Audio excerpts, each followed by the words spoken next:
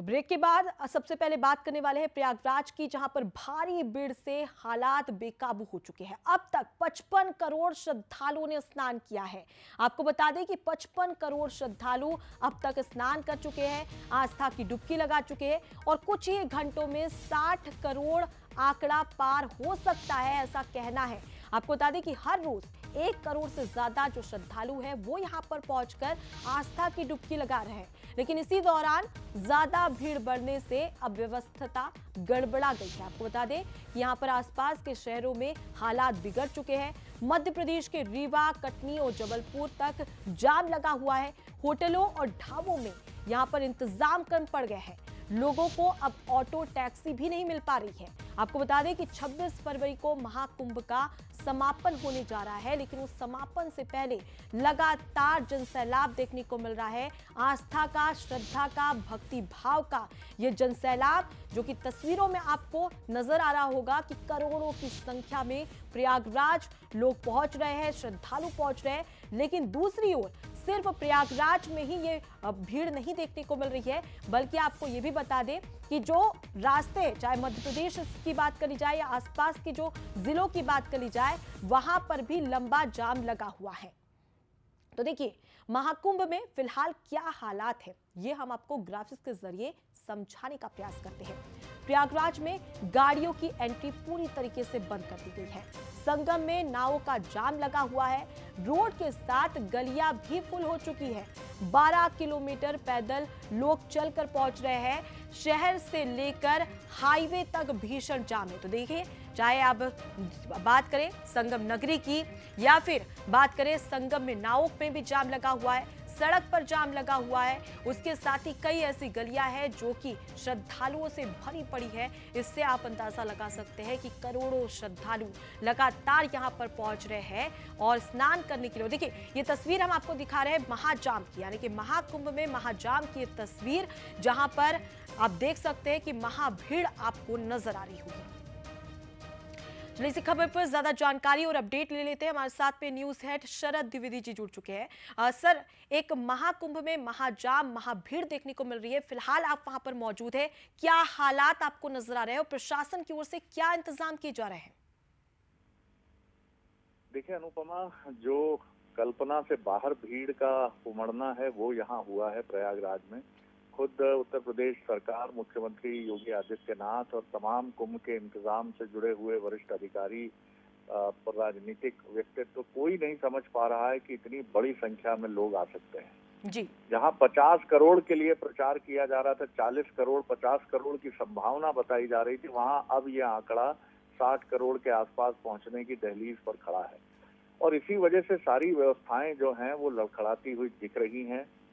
भीड़ अभी भी थम नहीं रही है। इस वक्त मैं प्रयागराज से निकलकर रीवा आ चुका हूँ। सारे होटल्स यहाँ बुक हैं जी। और मुझे बताया गया है कि जबलपुर और कटनी तक लगभग इसी तरह के हालात हैं।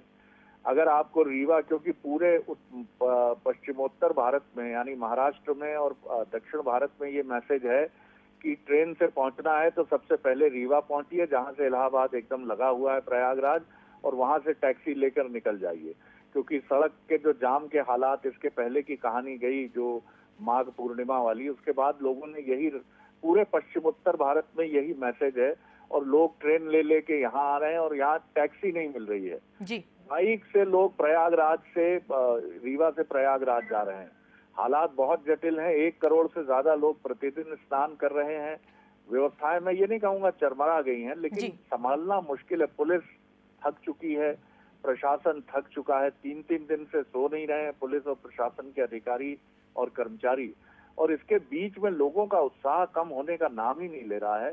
यानी ये मैसेज जरूर ये कुंभ हमको दे के जाएगा कि अगले कुंभ के पहले हमारी रेलवे की व्यवस्था, अभी हमने प्रयागराज एयरपोर्ट की तस्वीरें जो देखी थी, मुझे लगता है शायद देश में कोई ऐसा एयरपोर्ट नहीं हो जो बस स्टैंड की तरह नजर आ रहा था। जी। तो पूरी तैयारी करनी पड़ेगी। आपको मेट्रो का जाल बिछाना पड़ेगा, आपको खेत एक्वायर करके गाड़ियों की पार्किंग की व्यवस्था करनी पड़ेगी और बहुत गहरी प्लानिंग की जरूरत है। अगर आप 50 करोड़ से ज्यादा लोगों को, यानी देश की 40% आबादी को कहीं बुलाते हैं एक शहर में, तो ये व्यवस्थाएं आपको कम से कम अगले 12 साल के लिए अभी से सोचना शुरू कर देना चाहिए। जी बिल्कुल सर, और अब ऐसे में पुख्ता इंतजाम करने के लिए भी यहाँ पर प्रशासन के सामने एक बड़ी चुनौती है।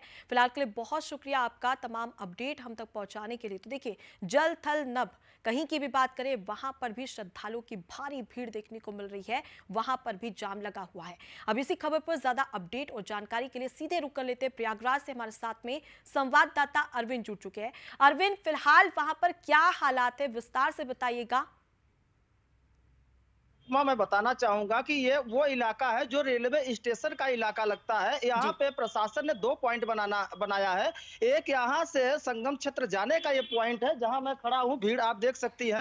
तो ये जाने का पॉइंट है, इसके जो दूसरी तरफ का रास्ता है वो आने का पॉइंट दिया गया है। तो एक तरह से कह लीजिए, जो श्रद्धालुओं का रेला है महाकुंभ संगम स्नान करने का, वो थमने का नाम नहीं ले रहा है। जाम में लोग फंसे हैं, घंटों फंसे हैं। वहां पे बिस्लरी की बोतल, पानी की बोतल भी दुकानों से खरीद कर पी रहे हैं। और लेकिन अगर उनकी आस्था की बात किया जाए, अगर उनसे सवाल किया जाए, तो सिर्फ उनके जबानों में एक लफ्ज रहता है, मुझे संगम जाना है। जी किसी भी सूरत में मुझे संगम जाना है, वहां स्नान करना है। तो एक तरह के कह लीजिए कि जो भीड़ का आलम है वो लगातार बरकरार है, क्योंकि अभी 26 को जो है महाशिवरात्रि का जो आखिरी स्नान पर्व है वो है। लेकिन जो श्रद्धालुओं का रेला है, वो ऐसा नहीं लगता कोई स्नान पर्व है, जी बल्कि हर दिन उनके लिए एक स्नान पर्व है। और इसी स्नान पर्व को अपने मन में लिए वो संगम की ओर जा रहे हैं। लगभग 14 से 15 किलोमीटर की दूरी वो पैदल तय कर रहे हैं। आस्था आप किस तरीके से लोगों के मन में देख सकती है कि 14-15 किलोमीटर पैदल वहां से जा रहे हैं, संगम स्नान कर रहे हैं। वहीं सुरक्षा की बात करें तो यहाँ पर पुलिस प्रशासन भी बैरिकेटिंग लगाई है, तमाम सुविधाएं मुहैया कराई है, लोगों को बता भी रही है कि आपको संगम जाना है, किस रास्ते जाना है, कैसे जी जाना है, और कैसे संगम स्नान करके आपका आने का रास्ता होगा, गाड़ी कहाँ से आपको मिलेगी। क्योंकि आपको एक चीज और बताना चाहेंगे, जो यहाँ पे गाड़ियां आ रही हो 14 से 15 किलोमीटर दूरी पर प्रशासन ने पार्किंग की व्यवस्था की है। और जी वहीं पार्किंग पर गाड़ियों को वहां खड़ी करते हैं। वहां से लोग ई रिक्शा है, बाइकर्स इतनी समय एक्टिवेट हो गए, वो भी ले आते हैं। तो वहां से ले आकर के यहाँ पे छोड़ते हैं, और लोग यहाँ से भी 14-15 किलोमीटर दूरी पर वो संगम जाके स्नान कर पुण्य की भागीदार बन रहे हैं। लेकिन महाशिवरात्रि की बात करें तो महाशिवरात्रि पर भी यहाँ भीड़ अधिक देखने को मिलेगी, क्योंकि वो आखिरी स्नान पर्व होगा।